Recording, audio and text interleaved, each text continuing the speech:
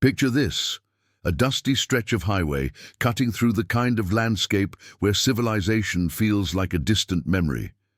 The sun beats down mercilessly on cracked asphalt, and the only sounds are the hum of engines and the occasional whisper of wind through sparse vegetation. A convoy of sleek black SUVs moves in perfect formation, their tinted windows revealing nothing of what lies within. To any casual observer, they might be corporate executives, diplomacy officials, or simply wealthy travelers making their way across the country. But on this particular afternoon, these vehicles carried something far more dangerous than anyone standing on the roadside could have imagined. What happened next would become one of those moments that law enforcement officials discuss in hushed tones during training sessions, a cautionary tale about assumptions, intelligence failures, and the razor-thin line between confidence and catastrophe. Inside those vehicles sat 28 highly trained federal agents, each one a specialist in their field, each one armed and ready for whatever their mission might throw at them. They were traveling to a classified operation, their minds focused on the task ahead, completely unaware that they were about to become targets themselves. The gangsters who decided to intercept that convoy made a calculation that day. They saw expensive vehicles, they saw an opportunity, and they saw what they believed would be easy prey. What they didn't see, what they couldn't possibly have known, was that they were about to make the worst mistake of their criminal careers. This is the story of that encounter, a tale of miscalculation so profound that it would reshape the criminal landscape of an entire region and send shockwaves through both the underworld and the halls of federal law enforcement. Before we dive deep into what happened on that highway, I need you to do something for me. We're building a community here, a group of people who are fascinated by the incredible true stories that history has to offer. Our goal for this video is simple but important. We need 100 comments. That's right, 100 of you sharing your thoughts, your reactions, your perspective on what you're about to hear. And here's the thing. I want to read every single one of them. I want to reply to you. I want to build this conversation together. So as you watch, think about what strikes you most about this story and drop that comment. Those of you who engage, who watch until the end, who become part of this community, you're the ones the platform rewards. You're the ones who'll see our next video first. So hit that subscribe button right now, because we've got more incredible stories coming your way, and you won't want to miss a single one. Now, let's rewind and understand how we got to this point. The federal agents in those vehicles weren't on a routine assignment. They represented multiple specialized units, brought together for an operation that had been months in the planning. Some were hostage rescue specialists, others were evidence technicians. Still others were tactical experts trained in high-risk arrest procedures. Their target was a criminal organization that had been operating with impunity for years, growing bolder with each successful operation, convinced of their own invincibility. The route they chose that day was supposed to be secure. Intelligence analysts had mapped it out, considered every variable, assessed every potential risk. What they hadn't accounted for was the presence of a separate criminal element, a gang operating in the area who had been watching the highway for weeks, looking for opportunities. These weren't sophisticated operators with access to classified information. They were opportunists, street-level criminals who had graduated from petty theft to armed robbery, drunk on their recent successes and convinced that they had the area under their control. The gang's leader, a man whose reputation for violence had grown considerably in recent months, had been planning highway robberies as a way to fund their expanding operations. He'd assembled a crew of about 15 men, armed them with an assortment of weapons ranging from handguns to assault rifles, and positioned them at strategic points along a stretch of road that saw regular traffic from what he believed were high-value targets. Corporate types, he figured. Rich business people who wouldn't put up much of a fight. Easy money. When the convoy of black SUVs appeared on the horizon, the gang leader saw exactly what he wanted to see. Expensive vehicles traveling together, probably containing important people with valuable belongings. He gave the signal, and his men moved into position. They had vehicles of their own, beaten-up trucks and older sedans that they'd stolen or purchased with cash, strategically placed to block both lanes of the highway. The trap was set. All they had to do was spring it. Inside the lead FBI vehicle, Special Agent Marcus Chen was reviewing mission documents on a tablet when the roadblock came into view. His first thought wasn't alarm, it was annoyance. A traffic incident, maybe. An accident that would delay them. But as the convoy slowed, as the full picture came into focus, his training kicked in. The positioning of the vehicles wasn't random. The men standing beside them weren't civilians, and the weapons they were beginning to display weren't for show. "We've got a problem," Chen said into his radio, his voice calm despite the adrenaline beginning to surge through his system. "Armed subjects blocking the road ahead. Multiple hostiles. This isn't an accident." In the vehicle behind him, Special Agent Rebecca Torres was already assessing the situation through her window. She counted at least 8 men visible, probably more in concealed positions. Amateur hour, she thought initially, but amateurs with guns were still dangerous. "Command, this is Sierra 2. We have multiple armed subjects attempting to stop our convoy. Advise." The voice that came back over the radio belonged to the operation commander, Special Agent William Park, who was traveling in the 3rd vehicle. His response was measured, professional, the tone of a man who had navigated countless high-pressure situations. "All units, weapons ready but holstered. Let's see what we're dealing with here. Nobody escalates unless absolutely necessary. We don't know if these subjects have any idea who they're dealing with." The convoy came to a complete stop about 50 yards from the roadblock. The gangsters began moving toward them, weapons now openly displayed, their body language radiating the kind of cocky confidence that comes from believing you hold all the cards. The gang leader approached the lead vehicle, a smirk on his face, one hand on the pistol tucked into his waistband. He knocked on the driver's side window with the barrel of his gun, a gesture clearly meant to intimidate. The window rolled down slowly, and the gang leader found himself looking at Agent Chen, who regarded him with an expression of profound calm that should have been his first warning. "Step out of the vehicle," the gang leader said, his voice carrying the practiced menace of someone accustomed to being obeyed. "All of you, and keep your hands where I can see them." Chen didn't move. "You're making a mistake," he said quietly, "a very serious mistake." The gang leader laughed, a harsh sound that carried across the highway.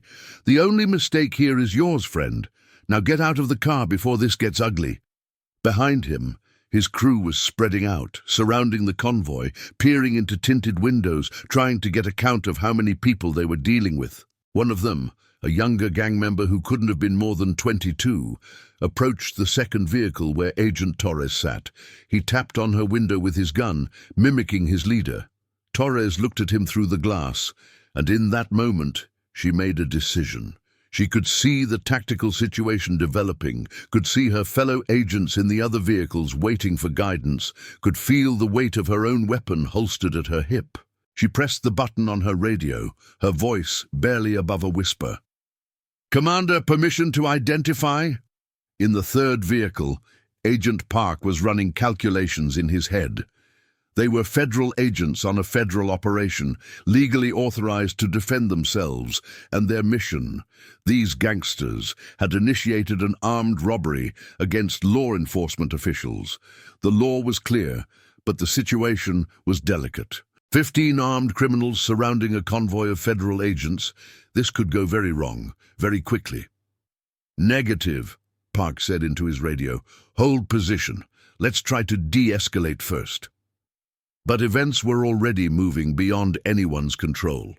The gang leader, growing impatient with Chen's refusal to comply, raised his weapon and pointed it directly at the agent's head. "Last chance," he said. "Out of the car, now!" Chen looked past the man, assessing the full tactical picture. His training told him that the situation was approaching a critical threshold. The gangsters were escalating, becoming more aggressive, more agitated. In moments like this, violence could erupt from the smallest trigger, a wrong word, a sudden movement, a misinterpreted gesture. "I'm going to reach for my credentials," Chen said slowly, his hands still visible on the steering wheel. "I'm going to show you something that I think will change your mind about this entire situation." The gang leader laughed again, but there was an edge to it now, a hint of uncertainty. Something about the way this man was handling himself didn't fit the profile of a typical victim. "Credentials? What are you, some kind of cop?" "Something like that," Chen said. He moved his hand slowly toward his jacket, telegraphing every motion. His fingers found the leather case containing his badge and identification. He held it up, letting the gold shield catch the sunlight. For a moment, everything seemed to freeze. The gang leader stared at the badge, his brain struggling to process what he was seeing. FBI, Federal Bureau of Investigation. The words seemed to echo in the sudden silence. "That's fake," he said, but his voice had lost its confidence. "That's got to be fake." "It's not," Chen said. "And right now, you and your crew have committed multiple federal crimes. Armed robbery of federal agents, assault on federal officers, possibly interstate criminal enterprise charges depending on where you're all from. If we're lucky, nobody has to get hurt today, but that depends entirely on what you do in the next 60 seconds. Behind the gang leader, his crew was beginning to pick up on the shift in atmosphere. The younger one, who had approached Torres's vehicle, had stepped back, his weapon lowering slightly. Through the tinted windows of the other SUVs, he could now see shapes moving, could see what looked like multiple people in each vehicle, all of them with the same controlled professional bearing. The gang leader's hand tightened on his weapon, and in that instant, everyone on that highway understood that they had reached a decision point. Years of training, countless hours at shooting ranges, endless tactical exercises, all of it came down to this moment. The 28 FBI agents in those vehicles had their hands on their weapons now, ready to respond to any threat. The gangsters, slowly realizing what they had stumbled into, were trying to process the magnitude of their mistake. "Put the weapon down," Chen said, his voice still calm but now carrying the unmistakable weight of authority. "Tell your crew to lower their weapons. We can end this peacefully, or we can end it the other way. Your choice." In the third vehicle, Agent Park was on a secure radio channel to the nearest FBI field office, rapidly outlining the situation and requesting backup. Local law enforcement was being mobilized, additional units were being dispatched, and somewhere in a regional operations center, supervisors were watching this unfold through the limited information coming through. But backup would take time, and time was a luxury they might not have. The gang leader took a step backward, his weapon still raised, but his hand beginning to shake.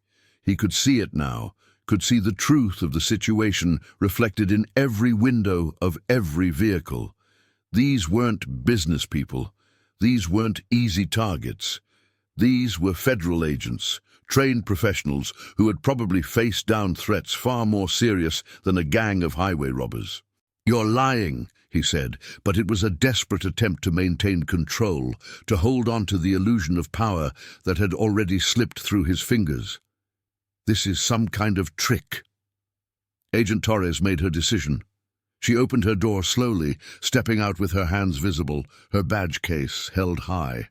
Other doors began opening along the convoy, agents emerging in a coordinated movement, each one displaying their credentials, each one standing with the kind of bearing that comes from extensive training and absolute certainty in their authority. The younger gang member who had approached Torres's vehicle was the first to break. He dropped his weapon and raised his hands, his face pale with the realization of what they had done. "We didn't know," he said, his voice cracking. "We didn't know who you were. This was a mistake. This was all a mistake." One by one, The other gang members began following his lead.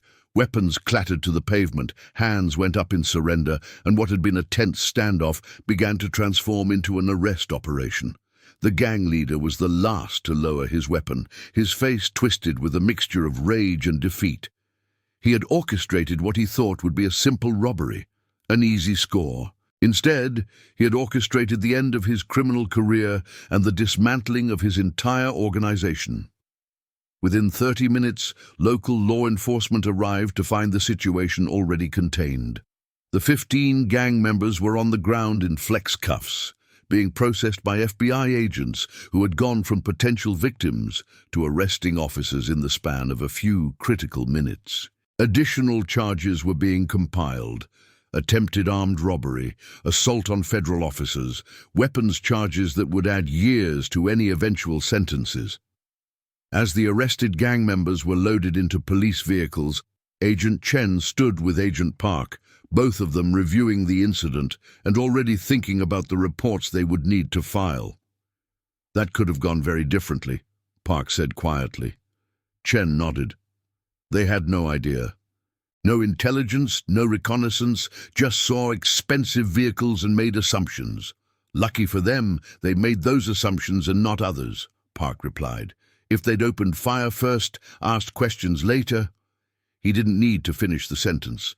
Everyone present understood the alternative scenario, the one where 28 federal agents had been forced to defend themselves against 15 armed attackers. The body count would have been significant, the aftermath complex and tragic. The original operation that the FBI convoy had been traveling to execute went forward later that same day, albeit with a different route and additional security precautions. The criminal organization they had been targeting never knew how close they had come to their arrest being delayed, never understood that pure chance had placed a gang of highway robbers between them and federal justice. In the weeks and months that followed, the story of the botched robbery spread through both law enforcement circles and the criminal underworld. For the FBI, it became a case study in tactical decision-making, in the importance of identification and de-escalation, in the razor-thin margins that separate successful resolution from catastrophic violence. For criminals, it became a cautionary tale about the dangers of assumption, about the risks of operating without proper intelligence. The gang leader received a sentence of 25 years in federal prison. His crew members, some of whom had significantly shorter criminal histories, received lesser sentences, but still faced years behind bars. The stretch of highway where the incident occurred became something of a legend, a place where a group of criminals had made one of the most spectacular miscalculations in recent criminal history. But perhaps the most interesting aspect of the entire incident was what it revealed about the nature of chance and consequence. If the FBI convoy had left their point of origin 30 minutes earlier or later, they never would have encountered the gang. If the gang had chosen a different day to set up their robbery attempt, they would have targeted different victims and possibly gotten away with their crime. If the gang leader had done even the most basic reconnaissance, had taken even minimal precautions to verify his targets, he might have avoided federal charges. Instead, all of these factors aligned in a single moment on a single stretch of highway, creating a confrontation that none of the participants could have predicted and that changed lives on both sides of the law. The FBI agents went back to their work, carrying with them a renewed appreciation for the unpredictability of their profession. The gang members went to prison, carrying with them the knowledge that their assumptions had cost them their freedom. Years later, in interviews and depositions, the gang members involved would describe the moment of realization, the instant when they understood what they had stumbled into. Some described it as the worst moment of their lives, worse even than the eventual sentencing. Others spoke of a strange sense of relief, a feeling that they had somehow been saved from an even worse fate. because everyone involved understood the alternative scenario, the one where the gangsters had opened fire before identifying themselves, before giving the agents a chance to respond with anything other than overwhelming force. The younger gang member, who had been first to surrender later, told investigators that he had grown up hearing stories about federal agents, about their training and their capabilities. When he saw that badge, when he understood what was happening, his first thought wasn't about prison or consequences. It was simple relief that he had survived. "We had guns pointed at FBI agents," he said during his interrogation. 28 of them. If they had decided we were a real threat, we'd all be dead. Every single one of us. Agent Chen, in his official report and later in training presentations, emphasized the importance of the split-second decisions made that day. "We could have responded with force," he wrote. "We had the legal authority, we had the tactical advantage, and we had the training. But force was the last option, not the first. Those men made a terrible mistake. But mistakes shouldn't be death sentences when there's an alternative." Due to this philosophy, this commitment to de-escalation even in the face of armed aggression would influence FBI training protocols for years to come. The incident became required viewing at the FBI Academy, a real-world example of how proper identification and measured response could prevent tragedy while still maintaining security and completing the mission. For the criminal underworld, the message was equally clear. The risks of armed robbery had always been high, but attempting to rob federal agents carried consequences beyond anything most criminals had ever contemplated. The story spread through prisons and on the streets, becoming one of those cautionary tales that older criminals tell younger ones. A reminder that the world is full of unexpected dangers and that assumptions can be fatal. In the end, what happened on that highway came down to a series of choices. The gang chose to set up their robbery attempt. The FBI agents chose to identify themselves rather than immediately respond with force. The gang members chose to surrender rather than escalate. Each choice cascaded into the next, creating a chain of events that could have ended in tragedy, but instead ended in arrests, trials, and prison sentences. The convoy of black SUVs eventually reached their destination, completed their original mission, and returned to their various field offices. The stretch of highway returned to normal, with traffic flowing freely and travelers never knowing what had transpired there. But for everyone involved in that incident, the memory would remain sharp and clear, a reminder of how quickly situations can change, how important split-second decisions can be, and how the line between tragedy and resolution can be as thin as a single choice made in a moment of crisis. So now I want to hear from you. What strikes you most about this story? Is it the audacity of the gangsters who had no idea what they were walking into? Is it the restraint shown by the federal agents who could have responded with overwhelming force but chose a different path? Is it the sheer randomness of the encounter, the way chance brought these two groups together on that particular stretch of highway? Drop a comment and let me know your thoughts. And if you want, tell me from which corner of the world you're watching this video. Your comment matters, and I want to read it and reply to you. Remember, we set a goal together at the start of this video, 100 comments. We're building something here, a community of people who appreciate these incredible stories from history and modern times. Every comment, every subscription, every view helps us continue bringing you more content like this. So if you haven't already, hit that subscribe button right now, because when you subscribe and watch until the end, the platform recognizes you as an engaged viewer. You get notified about our new videos before everyone else. You become part of the core community that makes this channel possible.